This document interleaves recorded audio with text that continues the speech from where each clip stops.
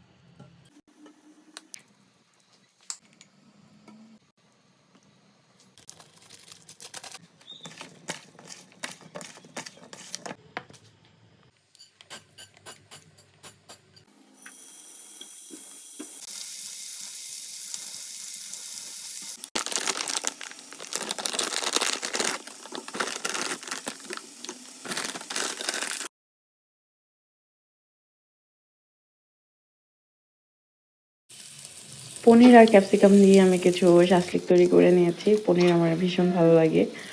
আর frozen কাবাব আমি defrost করে মাইক্রোওভেনে তারপর আমি এখানে একটু ভেজে নিলাম। ভাজলে আরও বেশি ভালো লাগে।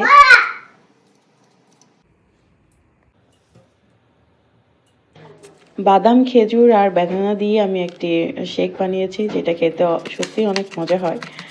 আর এখন পর্যন্ত চিনি দিয়ে কোনো শরবত তৈরি করিনি, কোনো মানে ডেজার্ট তৈরি করিনি। জাস্ট হাসব্যান্ড বাইরে থেকে জিলাপি নিয়ে এসেছিল যেটা আমি অ্যাভয়েড করছি। দেখি কতদিন চিনিকে না করে থাকতে পারি। চিনি আমাদের শরীরের জন্য অনেক ক্ষতি করে কিন্তু তারপরেও তো আমরা খেয়ে ফেলি। আর প্রতিদিন যদি শরবতে চিনি ইউজ করি তাহলে মানে দেখা যাবে ১ মাসে অনেক চিনি শরীরে চলে গেছে। তো দেখা যাক কতদিন চিনিকে অ্যাভয়েড করে থাকতে পারি।